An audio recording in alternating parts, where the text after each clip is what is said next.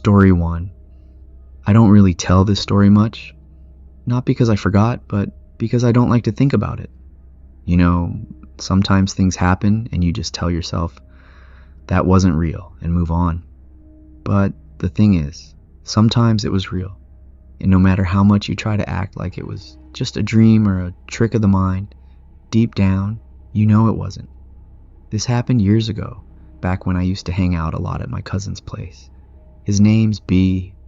We always used to just chill, goof off, do nothing important.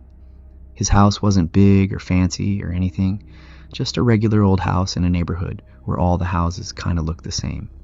But his backyard, that was different. His backyard had this old wooden fence, and behind that fence was just nothing. Not literally nothing, but, it was just open land. Grass, weeds, some trees here and there, but no houses, no roads, just empty. And at night, that emptiness felt different. Like, you ever get the feeling that when you're looking into the dark, something in the dark is looking back at you? That's what it felt like. Every time I was back there, I'd feel like someone was standing just past that fence, watching. But I never saw anything, so, I just ignored it. Until one night.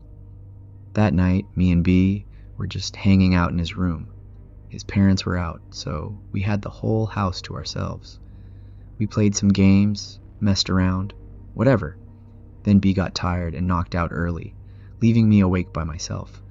I wasn't sleepy yet, so I just sat there scrolling through my phone. After a while, I got bored and went outside to get some air. I stepped into the backyard, and it was quiet. Too quiet. The fence was just sitting there like always, and behind it was just darkness. But something felt wrong. I didn't know why, but it felt like I wasn't alone. Then I heard it, a soft humming. It was coming from past the fence. I don't know why, but my body just locked up. I wanted to run inside, but I couldn't move. The humming was slow, almost like a lullaby, but something about it was off. It wasn't a song I recognized. It wasn't human. Then I saw her. She was standing just beyond the fence, half hidden in the darkness. Her face was pale, almost glowing, and her long black hair fell past her waist. She wasn't moving, just standing there, staring at me. But the way she stared, it wasn't right.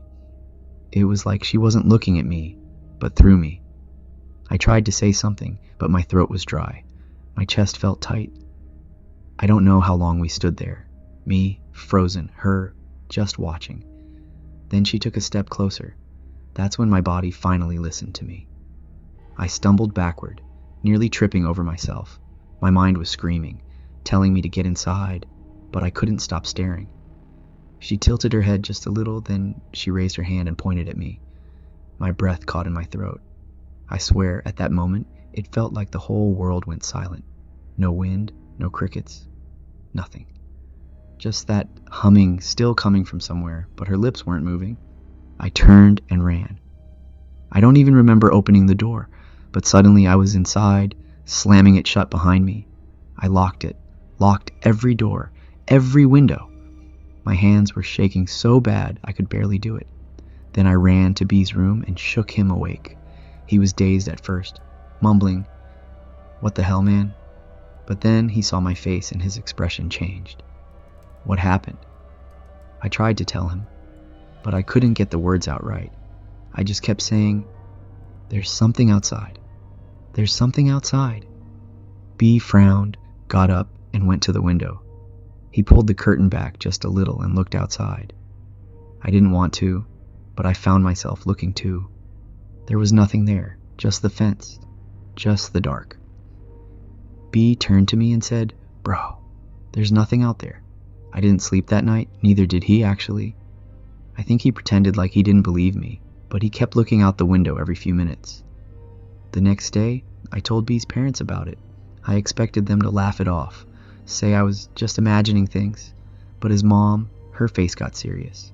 She asked me what did she look like, so I told her. Pale face, long black hair, humming a weird song. B's mom nodded slowly and said, "You're lucky you ran." That was years ago, and I never went back to B's house after that. He moved out eventually, and the house got sold. Sometimes I wonder if the new owners ever saw her. Story 2. So this happened years ago, back when I was still living with my uncle in a small town somewhere in the Midwest. You know, one of those towns where nothing really happens. People just go to work, come home, and do the same thing again the next day. But there was one thing about that place that always gave me a weird feeling. It wasn't something you could point at, just a feeling, you know? Anyway, one night, me and a couple of cousins decided to hang out at the park, near the edge of town. It wasn't anything special, just a small playground with a field behind it. But behind that field was something else, a wooded area. People always told us not to go back there, said it wasn't safe, not because of animals or anything, but because, well, just because. You know how elders are. They don't always explain things, just tell you not to do something. And if you ask why, they just shake their head and say, it's not good. So of course we went. It wasn't even my idea. My cousin Sam was the one who suggested it. Said he wanted to see if there was anything back there. We all laughed, but deep down, I think we were a little curious too. It was one of those nights where the air felt too still. No wind, no sound of crickets. Just quiet. We walked in, joking around at first, but the deeper we went, the quieter we got. The trees were thick, and the further we walked, the more it felt like we were somewhere else. Not in town anymore, somewhere older. I don't know how to explain it. It was just off. Then we found it. At first, I thought it was a house, a small one, hidden between the trees.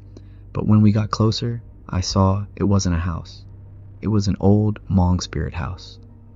You know, those little wooden huts people build for spirits to live in? This one was different though. It was bigger, like someone had built it for something that wasn't small at all.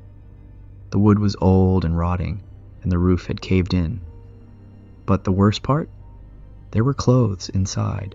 Old Hmong clothes, folded neatly like someone had just left them there.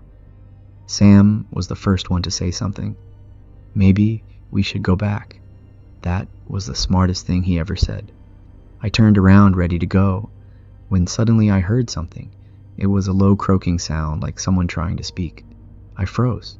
It wasn't coming from behind us. It wasn't coming from the spirit house. It was coming from above. I looked up, and for a second I couldn't breathe. There was something up there hanging in the trees. A shape. A person. Except no. Not a person. I don't know how to describe it. Then it spoke. At least I think it did. It wasn't a voice, not really. More like a whisper, but I didn't know what it was saying. And then it moved. Not like climbing, not like jumping. It just shifted. 1 second, it was in the tree. The next, it was on the ground. Right in front of me, too close. Way too close. Its face, if you could call it that, was inches from mine. And that smell, that god-awful smell like rotting leaves and old blood. I couldn't scream, couldn't move. But then, just like that, it was gone. I don't remember running. I don't remember getting back to my uncle's house. But somehow I did. My cousins too. We never talked about it. Not once. Not even when we saw each other at family gatherings. It was like an unspoken rule. Never mentioned that night. But that wasn't the worst part. The worst part was what happened after. Because you see, it followed me. At first it was small things. Shadows in the corner of my eye, whispering when I was alone, the feeling of something watching me. Even when I was in my own room, I tried to ignore it, told myself I was imagining things. But then, one night I woke up. Not because of a sound, not because of a nightmare, just woke up for no reason at all. And there it was, standing in the corner of my room. It didn't move, didn't speak, just stood there watching. I don't know how long it stayed. Could have been seconds, could have been hours. But at some point I must have passed out, because when I opened my eyes, it was morning. I told myself it was a dream, that I had just been half asleep. I left that house not long after, moved to a different city, tried to forget. but some nights I still hear it, the whisper, and I wonder if one day I'll wake up and see it standing there again.